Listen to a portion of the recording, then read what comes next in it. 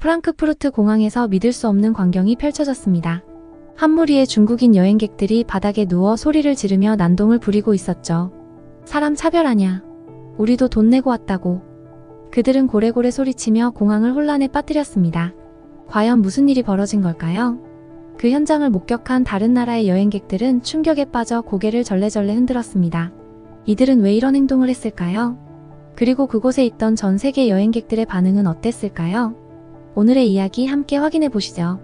구독과 좋아요 눌러주시면 앞으로도 더 흥미로운 이야기들을 전해드리겠습니다. 안녕하세요. 제 이름은 리우밍입니다. 중국 베이징대학교 경제학과를 수석으로 졸업하고 상하이의 대형 국영은행에서 근무하며 성공가도를 달려온 30대 금융인입니다. 중국에서 태어나고 자라면서 저는 자연스럽게 중국이 세계에서 가장 중요한 나라라고 믿으며 성장했어요. 중국은 인구 14억, 세계 2위의 경제 규모, 그리고 우리가 자랑하는 위챗페이, 알리페이 같은 첨단 핀테크 시스템까지 가지고 있잖아요. 당연히 우리가 세계를 이끌어간다는 생각을 하며 자부심이 컸습니다. 그런데 최근에 저는 은행 내에서 한국 지점의 총괄 매니저로 발령을 받았습니다. 솔직히 처음에는 좀 당황했습니다. 한국? 그 작은 나라에서 내가 뭘 배울 수 있을까? 라는 생각이 들었거든요. 한국이 최근 들어 조금씩 떠오르고 있다는 이야기는 들었지만 그저 중국의 그늘 아래 있는 작은 나라 정도로만 여겼으니까요. 하지만 이 경험이 제 인생을 송두리째 바꿀 기회가 될 줄은 그때는 전혀 상상하지 못했습니다. 오늘 저는 여러분께 한국에서 느꼈던 놀라운 경험들과 그 이후 제가 세계를 여행하면서 얻은 깨달음에 대해 이야기해 보려고 합니다. 그럼 시작해 볼까요? 제가 한국에 처음 도착한 날, 인천공항에 발을 내딛는 순간부터 뭔가 이상한 느낌을 받았습니다. 중국에서 출발할 때만 해도 한국이 그저 평범한 나라일 거라 생각했지만 막상 인천공항에 도착하니 공항의 규모와 현대적이고 깔끔한 환경이 제 예상과는 달랐습니다. 공항 내 어디서나 빠르게 연결되는 공공 와이파이가 제공된다는 사실도 놀라웠죠. 그동안 중국에서 아무리 발전했다고 생각했지만 공공 와이파이 속도나 인프라 부분에서는 확실히 한국이 한 발 앞서 있는 듯 보였습니다. 인천공항에서 택시를 타고 서울 시내로 향하면서 저는 더욱 혼란스러워졌습니다. 창밖으로 보이는 풍경은 제가 생각했던 작은 나라와는 거리가 멀었습니다. 고층 빌딩들이 줄지어 서 있고 깔끔하게 정비된 도로와 거리에는 첨단 기술의 흔적들이 곳곳에 보였어요. 이건 내가 상상했던 모습이 아닌데? 그때부터 제가 가진 선입견이 조금씩 흔들리기 시작했습니다. 택시 기사님은 저에게 물었습니다. 손님, 한국 와이파이 정말 빠르죠? 무료로 언제든지 쓸 수 있어요. 순간 저는 살짝 당황했습니다. 공공 와이파이가 이렇게나 빠르다고? 중국에서는 이런 서비스가 아직 제한적이었는데. 그 말을 들으며 스마트폰으로 데이터를 확인하니 속도가 생각 이상으로 빨랐습니다. 예상치 못한 기술적 발전에 대한 첫 충격이었죠. 호텔에 도착해 짐을 풀고 곧바로 은행 본사로 향했습니다. 은행에 도착한 순간 또다시 예상 밖의 상황을 맞이하게 되었습니다. 한국 지점은 매우 효율적으로 운영되고 있었고 직원들은 대부분 태블릿이나 스마트폰으로 업무를 처리하고 있었습니다. 전통적인 창구 업무는 거의 없어졌고 고객들은 대부분 모바일 앱을 통해 모든 금융 서비스를 해결하고 있었습니다. 그동안 제가 자랑해왔던 중국의 알리페이나 위챗페이와 크게 다를 바가 없었죠. 아니, 오히려 더 빠르고 효율적으로 느껴졌습니다. 처음에는 제 자신을 설득하려 했습니다. 이건 다 겉만 화려한 거야. 실제로는 우리 중국만큼 정교하지 않을 거야. 하지만 시간이 지날수록 제 생각이 완전히 틀렸다는 걸 인정하게 되었습니다. 업무 처리가 놀라울 정도로 빨랐고 복잡한 요청 사항조차 몇 시간 만에 처리되었습니다. 중국에서는 며칠 심지어 몇 주가 걸릴 일이 한국에서는 단 몇 시간 만에 해결되는 모습을 보고 충격을 받았죠. 한 번은 회의 중에 중국 금융 시스템의 장점을 자랑하며 이야기하던 중 한국인 동료들이 중국의 금융 정책에 대한 세부 사항을 분석하는 모습을 보았습니다. 그들은 제가 설명하는 정책의 장단점을 명확하게 지적했고 심지어 제가 미처 생각하지 못했던 부분까지 논리적으로 설명했습니다. 그 순간 저는 깜짝 놀랐습니다. 어떻게 이 작은 나라 사람들이 중국 경제에 대해 이렇게 깊이 알고 있는 거지? 이후 저는 점점 더 큰 혼란에 빠졌습니다. 내가 그동안 한국을 너무 얕봤던 게 아닐까? 라는 생각이 들기 시작했죠.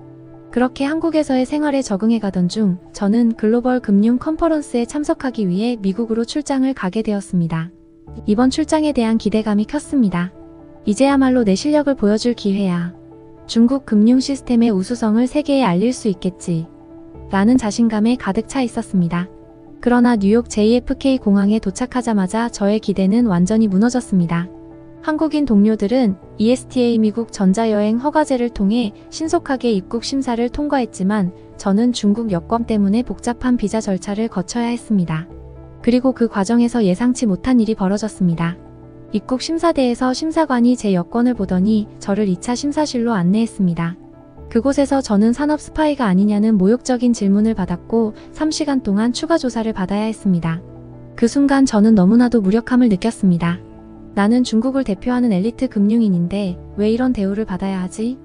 심사대에서 고개를 숙이고 있던 저의 모습은 그동안 내가 중국의 우수성을 믿고 자부했던 모든 것이 헛된 것처럼 느껴지게 만들었습니다.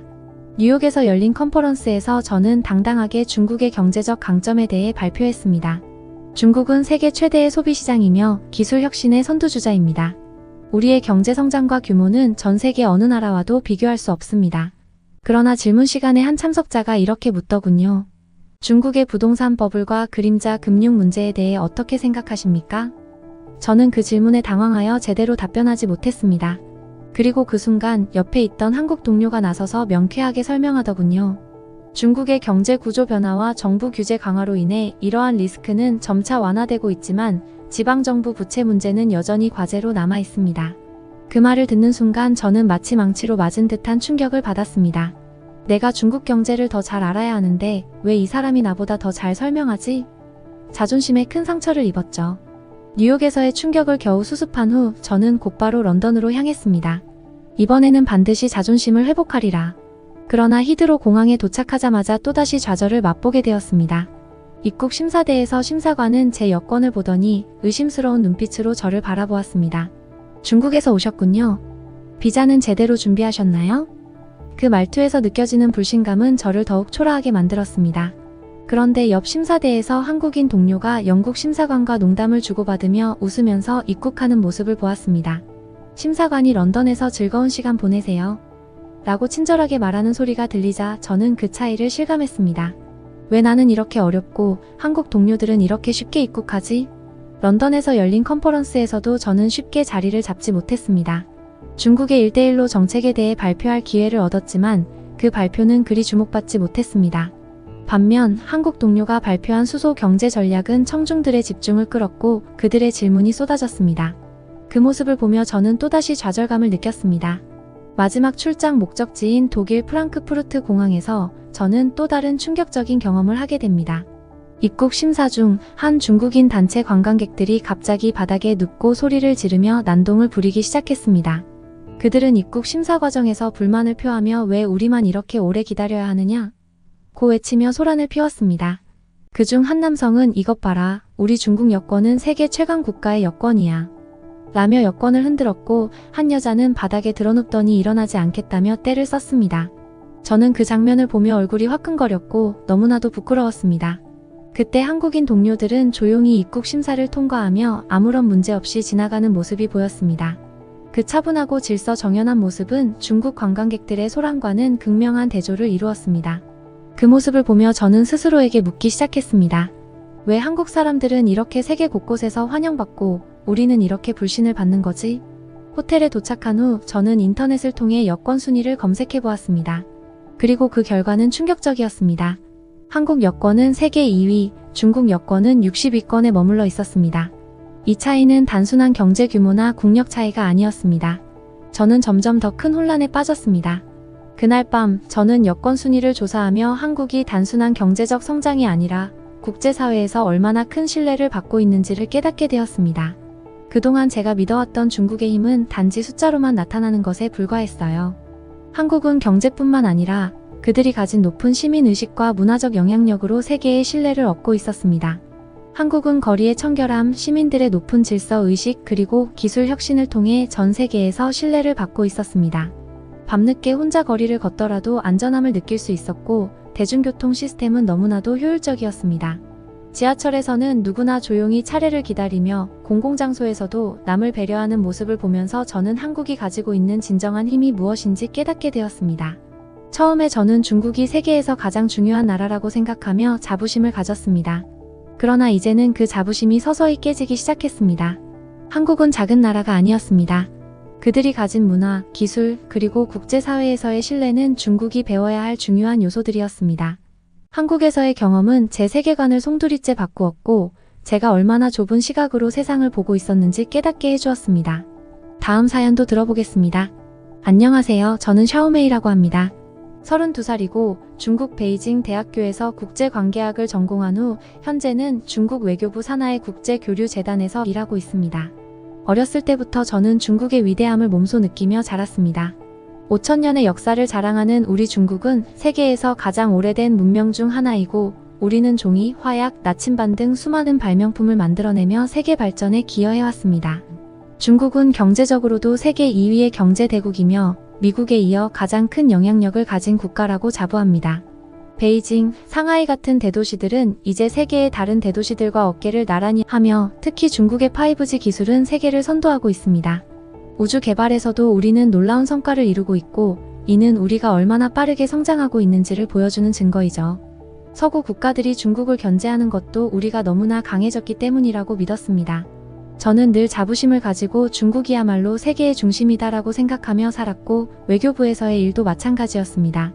특히 경제 지표를 보며 다른 나라들의 성과가 중국의 압도적인 성장세에 비해 보잘것없다는 생각이 들곤 했습니다. 미국만이 유일하게 우리와 견줄 수 있는 나라라는 자부심이 있었고 다른 나라들은 그저 우리나라의 성 밑에 있는 작은 마을 같은 느낌이었죠. 그런데 어느 날 저는 상사로부터 뜻밖의 제안을 받게 되었습니다. 샤오메이, 한국의 주재원으로 파견을 나가보는 건 어떻겠나?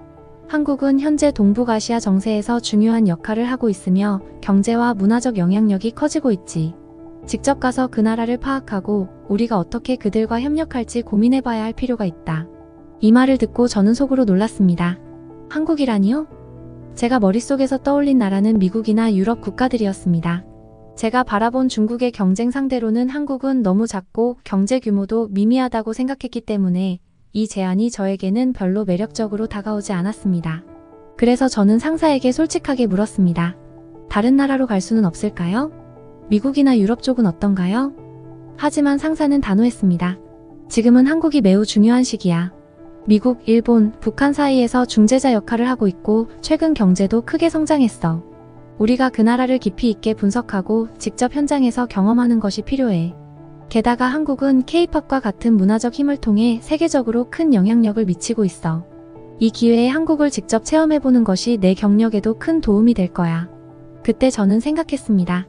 그래, 어쩌면 이번 기회에 한국을 직접 경험하는 것이 나에게는 새로운 도전일지도 몰라. 그리고 한국에서 우리 중국의 위대함을 알릴 수 있는 기회일 수도 있지.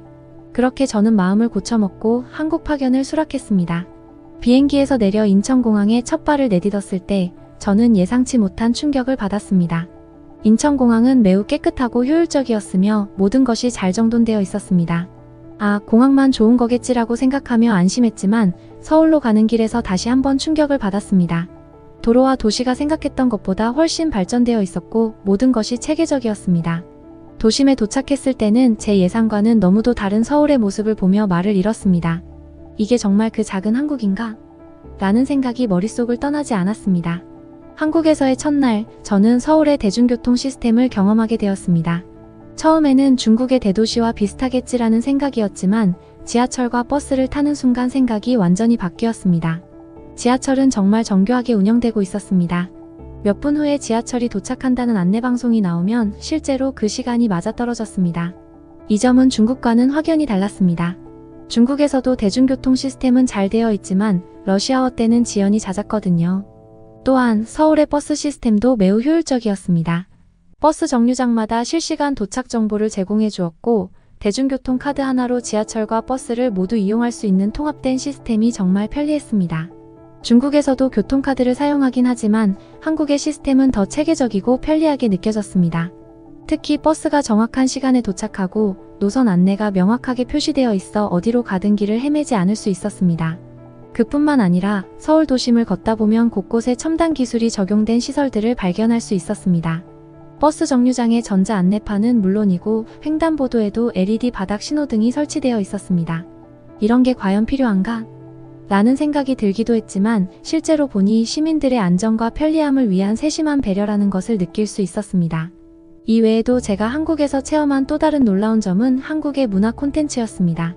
K-팝, 한국 드라마, 한국 영화의 세계적 인기는 그저 일시적인 유행이 아니라 실제로 전 세계에 강력한 영향력을 미치고 있었습니다. 길을 걷다 보면 가게에서 BTS, 블랙핑크 같은 K-팝 그룹의 음악이 흘러나왔고 그 곡들은 한국인들뿐만 아니라 외국인들에게도 인기 있는 듯 보였습니다. 제가 한국에 오기 전에는 K-팝이 단순히 음악일 뿐이라고 생각했지만 그들의 문화적 영향력이 얼마나 강력한지 직접 체험하면서 한국의 소프트 파워를 실감하게 되었습니다.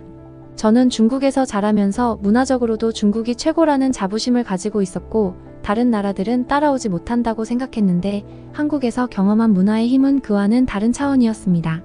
작은 나라임에도 불구하고 전 세계의 젊은이들이 열광하는 K-팝과 드라마, 영화는 분명히 그 자체로도 놀라운 힘을 가지고 있었습니다. 그렇게 첫날부터 저는 한국에 대한 인식이 완전히 바뀌기 시작했습니다. 물론 아직도 중국이 더 강력한 경제 대국이라는 생각은 변함이 없었지만 한국이 가진 소프트 파워와 혁신적인 기술력, 효율적인 시스템은 제가 예상했던 것보다 훨씬 인상적이었습니다. 하지만 한국에서의 생활이 익숙해지던 무렵 저는 큰 부끄러움과 충격을 겪게 되었습니다. 명동에 갔을 때 일이었습니다. 명동은 중국인 관광객들로 붐비는 곳이었고 저도 그날 친구들과 함께 쇼핑을 하러 나갔습니다. 그런데 그곳에서 중국인 관광객들의 모습을 보게 되었는데 그들은 큰 소리로 떠들며 주변 사람들을 전혀 배려하지 않는 모습이었습니다. 한 한국 상인이 조용히 해달라고 부탁했지만 오히려 그들은 화를 내며 우리는 돈을 쓰러 왔는데 뭐가 문제냐고 대답하는 것을 보고 충격을 받았습니다. 그들의 행동이 너무나 부끄러웠습니다. 그런데 그게 끝이 아니었습니다. 그 무리 중 한 가족이 길가에서 떡볶이를 먹고 있었는데 아이가 길가에서 갑자기 바지를 내리고 소변을 보기 시작한 겁니다. 부모님들은 그 모습을 전혀 개의치 않고 오히려 웃으며 시원하게 해라라고 말했습니다. 주변 사람들은 경악했지만 그들은 전혀 신경 쓰지 않았습니다. 그 장면을 보고 저는 더 이상 참을 수 없었습니다. 중국인으로서 너무나 부끄러웠습니다. 그때 깨달았습니다. 우리가 경제적으로는 빠르게 성장했지만 시민의식은 아직 갈 길이 멀다는 것을 말이죠. 중국이 세계 2위 경제 대국이라고 자부하고 있지만 기본적인 시민의식에서 아직도 뒤처져 있다는 것을 느끼고 그 사실이 너무나 아프게 다가왔습니다. 며칠 후 저는 미국으로 출장을 가게 되었습니다. 그런데 비자를 신청하는 과정부터 일이 복잡해지기 시작했습니다. 비자 발급 절차는 까다로웠고 여러 서류를 제출하고 인터뷰도 받아야 했습니다. 반면 저와 함께 가는 한국인 동료들은 비자 없이 미국으로 쉽게 출국할 수 있었습니다. 이 차이에서 저는 또 한 번 놀랐습니다. 그리고 뉴욕에 도착했을 때 입국 심사 과정에서 저는 여러 가지 질문을 받으며 오랜 시간을 기다려야 했습니다. 한국인 동료들은 빠르게 입국 심사를 통과했는데 저는 왜 이렇게 많은 검사를 받아야 하는지 의문이 들었습니다. 중국이 세계 2위 경제 대국임에도 불구하고 왜 우리는 이런 대우를 받는 것일까? 파리에서도 마찬가지였습니다. 한국인들은 빠르게 입국 허가를 받았지만 저는 또다시 추가 심사를 받아야 했습니다. 그때 저는 깨달았습니다. 경제 규모가 크다고 해서 국제사회에서 존중받는 것이 아니구나. 국제사회에서 신뢰받고 존경받는 것이 진정한 강대국의 조건이구나. 중국이 경제적으로는 크지만 국제적인 신뢰와 평판 면에서 아직 부족하다는 것을 그제야 깊이 깨달았습니다. 한국에서의 경험을 통해 저는 많은 것을 배웠습니다. 중국은 경제적으로 세계 2위의 대국이지만 국제사회에서 존중받기 위해서는 경제력만으로는 충분하지 않다는 사실을 깨달았습니다. 한국은 경제 규모는 작지만 그들의 소프트 파워와 시민의식 그리고 국제적 신뢰도는 매우 높았습니다. 특히 한국의 여권이 세계에서 3위를 차지하고 있다는 사실은 저에게 큰 충격이었습니다. 한국인들은 대부분의 나라를 비자 없이 여행할 수 있었고 어디서든 쉽게 입국 허가를 받을 수 있었습니다. 반면 중국 여권은 여전히 많은 나라에서 비자를 필요로 했고 그 과정도 매우 까다로웠습니다. 이 차이는 한국이 경제뿐만 아니라 국제사회에서 신뢰를 얻고 있다는 것을 의미했습니다. 한국은 경제 성장뿐만 아니라 문화적인 영향력, 국제적인 평판, 시민들의 성숙한 의식을 통해 진정한 선진국으로 자리 잡고 있었습니다. 반면 중국은 경제적 성장은 이루었지만 아직도 국제사회에서 신뢰를 쌓기 위해 해야 할 일이 많다는 것을 깨달았습니다. 저는 한국에서 배운 교훈을 바탕으로 중국도 더 나은 미래를 위해 나아가야 한다고 생각하게 되었습니다. 경제력만으로는 충분하지 않습니다. 진정한 강대국이 되기 위해서는 시민의식, 국제적인 신뢰, 그리고 문화적인 힘도 함께 성장해야 합니다. 그리고 그 과정에서 한국이 보여준 모델은 우리에게 많은 것을 시사하고 있었습니다.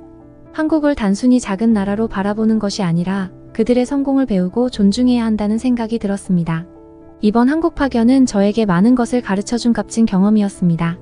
저를 비롯한 중국인들이 배워야 할 점은 단순히 경제 성장이 아닌 국가의 품격을 높이고 국제사회에서 신뢰를 쌓는 방법이라고 생각합니다. 그리고 그것이야말로 진정한 강대국으로 가는 길이 아닐까요? 다음은 영국인 여성 사연인데요. 들어보겠습니다. 안녕하세요, 여러분. 오늘은 특별한 여정을 담은 감동적인 이야기를 들려드리려고 합니다. 한 영국인 여성 리사가 프랑스 여행에서 경험한 작은 사건을 계기로 한국에서의 새롭고 놀라운 인생을 시작하게 된 이야기인데요. 처음엔 중국에서 성공을 꿈꾸며 도전했지만 예상치 못한 여러 어려움에 부딪혔던 리사가 한국에서 발견한 또 다른 기회와 삶은 어떤 모습이었을까요? 리사와 그녀의 동생 케이트는 영국인 아버지와 중국인 어머니 사이에서 태어났습니다. 두 자매는 어릴 때부터 두 문화의 풍부함을 경험하며 자랐죠. 그들의 집안은 영어와 중국어가 자연스럽게 공존하는 환경이었으며 영국의 예술과 문화, 중국의 전통과 예절을 배우며 성장했습니다. 리사는 항상 부모님이 주는 사랑과 두 문화의 조화를 소중히 여기며 자랐습니다. 아버지는 다국적 기업에서 일하며 자주 해외 출장을 다녔고 출장에서 돌아올 때마다 새로운 나라에 대한 이야기를 들려주곤 했습니다. 특히 아버지가 출장으로 자주 방문했던 한국에 대해 이야기를 자주 나눴는데요. 아버지는 한국의 급속한 발전과 변화에 대해 열정적으로 이야기했습니다. 한국은 정말 빠르게 발전하는 나라야. 매번 갈 때마다 놀랄 정도로 새로운 모습이 보여. 너희도 언젠가 한국에 가보면 정말 좋을 거야. 그러나 리사는 한국보다는 자신이 태어나고 자란 중국이 더 중요하다고 생각했습니다. 그녀는 중국에서 성공을 꿈꾸었고 중국에서 미래를 계획하는 것이 자연스러운 선택이라고 믿었죠. 리사는 어릴 때부터 확신에 찬 성격을 가지고 있었습니다. 특히 자신의 결정을 쉽게 바꾸지 않는 고집이 있었죠. 그녀는 이미 어린 시절부터 중국에서의 미래를 꿈꾸었고 중국에서 성공할 것이라는 확신을 가지고 있었습니다. 이런 꿈을 이루기 위해 리사는 중국에서 고등학교를 마치고 결국 중국의 대학교에 진학하기로 결심합니다. 리사는 고등학교를 우수한 성적으로 졸업한 후 중국의 명문 대학교에 진학하게 됩니다. 이때 리사는 자신이 선택한 길에 대한 강한 확신을 가지고 있었죠. 아버지가 한국을 언급할 때마다 그녀는 중국이야말로 진정한 기회의 땅이라고 주장했습니다. 리사는 중국의 경제력이 미국을 넘어설 것이고 그곳에서 경력을 쌓는 것이 최고의 성공 전략이라고 굳게 믿었죠. 대학교에서의 생활은 처음에는 매우 만족스러웠습니다. 리사는 다른 외국인 학생들에 비해 중국어에 능숙했고 중국 문화에 대한 이해도도 높았기 때문에 큰 문제 없이 학교 생활을 이어갔습니다. 그녀는 중국 내 다국적 기업에서 인턴십 기회를 잡았고 졸업 후에는 상하이에 위치한 유명 다국적 기업의 정규직으로 취업하게 되었습니다. 이제 리사는 자신의 꿈을 이루기 위한 첫걸음을 내딛었다고 믿었죠. 하지만 시간이 지나면서 리사는 생각지 못한 장벽에 부딪히기 시작했습니다. 직장 내에서 그녀는 외국인으로서의 차별을 서서히 느끼기 시작한 것이죠. 처음엔 동료들과 잘 어울릴 수 있을 거라고 생각했지만 동료들은 리사를 외국인으로만 바라보며 거리를 두기 시작했습니다. 특히 사무실 밖, 회식 자리에서의 소외감은 그녀를 더욱 힘들게 했습니다. 회식에서 동료들이 중국어로만 대화하고 리사에게는 의도적으로 말을 걸지 않는 분위기가 계속되었죠. 리사는 자신이 최대한 노력해서 다가가려 했지만 동료들은 리사와의 소통을 꺼리는 듯 보였습니다. 점차 리사는 외국인이라는 이유로 직장 내에서 동료들과의 깊은 관계를 맺기 어려움을 느꼈고 이는 직장 내에서의 스트레스로 이어졌습니다. 리사의 좌절감은 여기서 끝나지 않았습니다. 그녀는 다른 동료들보다 더 많은 업무를 맡았음에도 불구하고 정당한 평가와 보상을 받지 못하는 상황을 자주 겪었죠.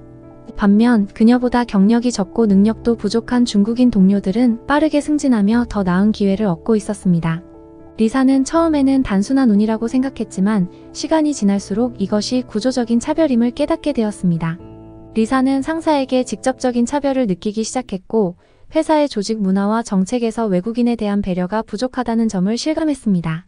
모든 회의는 중국어로 진행되었고 리사는 중국어에 능통했음에도 불구하고 자신이 중국인이 아니라는 이유로 중요한 결정에서 배제되는 경우가 많았습니다. 이러한 경험들은 리사에게 큰 상처로 남았죠. 리사가 중국에서 힘들어하던 그때 그녀의 동생 케이트는 한국에서 새로운 삶을 살고 있었습니다. 케이트는 어릴 적부터 모험심이 강하고 다양한 문화를 탐험하는 것을 좋아했어요. 특히 케이트는 한국의 문화에 푹 빠지게 되었습니다. 그녀는 K-드라마와 K-팝을 통해 한국 문화에 대한 관심을 키웠고 결국 한국어까지 배웠죠. 케이트는 한국에서 유학을 결심했고 그곳에서 한국인 남자와 만나 결혼까지 하게 되었습니다. 케이트는 한국에서의 생활이 너무나 만족스러웠다고 했습니다. 그녀는 한국의 발전된 기술, 빠르고 편리한 대중교통, 안전한 거리에 대해 리사에게 자주 이야기했습니다. 특히 외국인에 대한 환대와 편리한 생활 환경에 대해 극찬했죠. 한편 리사는 케이트의 이야기를 들을 때마다 질투를 느꼈습니다. 케이트는 자신이 한국에서 경험한 모든 것이 놀라웠다고 했지만 리사는 여전히 중국이 더 크고 중요한 나라라고 생각했죠. 그러던 어느 날 케이트가 리사에게 프랑스로 여행을 가자고 제안했습니다. 두 자매는 어릴 적부터 프랑스를 동경했었고 이번 여행은 케이트의 결혼 후 처음으로 함께 떠나는 자매만의 시간이 될 예정이었습니다. 프랑스에 도착했을 때 리사는 설렘과 긴장이 가득했습니다. 공항에서 입국 심사를 받으면서 케이트는 한국 여권을 제시했습니다. 심사관은 밝은 미소로 케이트를 빠르게 통과시켰고 리사는 곧 자신의 차례가 되었죠. 리사는 당연히 자신도 문제없이 통과할 거라고 믿었지만 중국 여권을 제시한 순간 심사관의 표정이 굳어졌습니다. 프랑스 심사관은 리사의 여권을 면밀히 살펴보며 무뚝뚝한 태도로 대했고 심사 과정도 훨씬 길어졌습니다. 심지어 심사관이 여권을 다루는 태도도 무례하게 느껴질 정도였죠. 리사는 그 자리에서 자신이 차별받고 있다는 것을 강하게 느꼈습니다. 반면 케이트는 한국 여권을 가지고 있어서 전혀 다른 대우를 받았다는 점이 리사에게 큰 충격이었습니다. 프랑스를 떠난 후 리사는 계속해서 그 사건을 생각했습니다. 그때까지 리사는 한국을 별로 중요하게 생각하지 않았습니다. 하지만 케이트가 한국 여권을 소지했다는 이유만으로 더 나은 대우를 받는다는 것을 직접 목격한 후 리사는 자신의 생각에 큰 혼란을 겪게 되었죠. 프랑스 여행 이후 리사는 한국에 대해 더 알아보기로 결심합니다. 케이트의 권유로 리사는 한국에 직접 가보기로 했고 한국에서의 새로운 도전을 시작하기로 마음먹었죠. 케이트는 리사가 한국에 오면 자신의 집에서 함께 지낼 수 있도록 제안했습니다. 리사는 케이트의 제안을 받아들이고 한국에 대해 연구하기 시작했습니다. 한국에 도착한 리사는 놀라움을 금치 못했습니다. 한국의 공항은 깨끗하고 정돈되어 있었으며 모든 것이 효율적이었죠. 무엇보다 리사를 감동시킨 것은 한국의 발전된 기술과 빠르고 효율적인 교통 시스템이었습니다. 지하철은 깨끗하고 정확하게 운행되었으며 거리에는 쓰레기 하나 찾아볼 수 없을 정도로 깨끗했죠. 리사는 한국에서의 첫 주에 케이트와 함께 서울 곳곳을 탐방했습니다. 한국의 대중교통 시스템은 상상 이상으로 발전되어 있었고 리사는 지하철을 이용하며 깨끗한 환경에 감탄했습니다. 또한 한국의 와이파이 인프라는 리사에게 큰 충격으로 다가왔습니다. 어디서든 빠르게 인터넷에 접속할 수 있었고 이는 리사가 중국에서 경험했던 불편함과는 완전히 달랐습니다. 리사는 케이트와 함께 서울의 유명한 카페들을 방문하며 한국 문화를 조금씩 더 이해해갔습니다. 케이트는 리사에게 한국의 의료 시스템에 대해서도 설명해 주었는데 저렴한 비용으로도 세계적인 수준의 의료 서비스를 받을 수 있다는 사실에 리사는 놀라지 않을 수 없었습니다. 리사는 한국의 모든 것이 매우 효율적이고 편리하다는 점에서 감동을 받았죠. 리사는 점차 한국에서의 생활에 적응해 갔습니다. 케이트는 리사에게 한국어를 가르쳐 주었고 리사는 한국에서의 경험을 통해 과거 중국에서 느꼈던 소외감을 점차 떨쳐낼 수 있었습니다. 한국에서는 외국인이라는 이유로 차별받지 않았고 오히려 많은 사람들이 그녀에게 호의적으로 다가왔습니다. 리사는 한국에서의 생활을 통해 과거의 편견을 떨쳐내고 새로운 기회와 도전을 받아들일 수 있었습니다. 중국에서의 경험은 힘들었지만 그 덕분에 리사는 한국에서의 새 출발을 더 감사하게 여기게 되었죠. 리사는 이제 한국에서 대학원에 진학하여 새로운 경력을 쌓아가며 자신의 꿈을 다시 찾아가고 있었습니다.